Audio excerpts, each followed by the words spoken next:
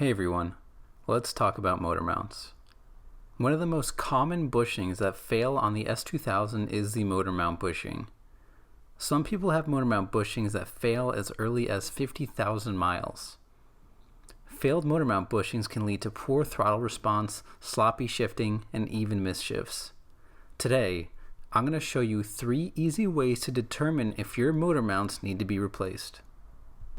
The first way to determine if your motor mount bushings are shot is to visually inspect them. It will be difficult to see if the motor mount bushings are actually split, but what you can do is look for signs that the motor mount bushing is split. The S2000's motor mount bushings are fluid filled, and when they split, they leave a distinct orange-brownish fluid stain on the motor mount and the subframe.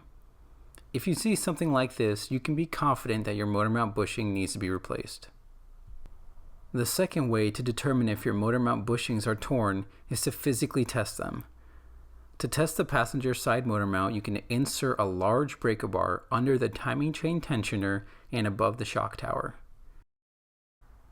If the motor mount moves more than an inch when you apply force to the breaker bar, your motor mounts aren't doing their job and they should be replaced. The last way to determine if your motor mount bushings are broken is to observe the movement of the shifter while driving.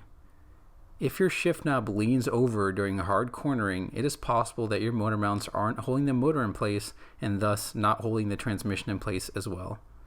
If you track your car, this behavior can be especially problematic because it can lead to mishifts and mechanical overrevs. Zent Rose did a really great job explaining this in his video, which I'll link down below. If your car has over 100,000 miles, I would highly recommend inspecting your motor mounts. I recently replaced mine, and the improvement in shifting feel alone was totally worth it. Thanks for watching. If you enjoyed this video, smash that subscribe button and leave a comment for any DIY you'd like to see in the future.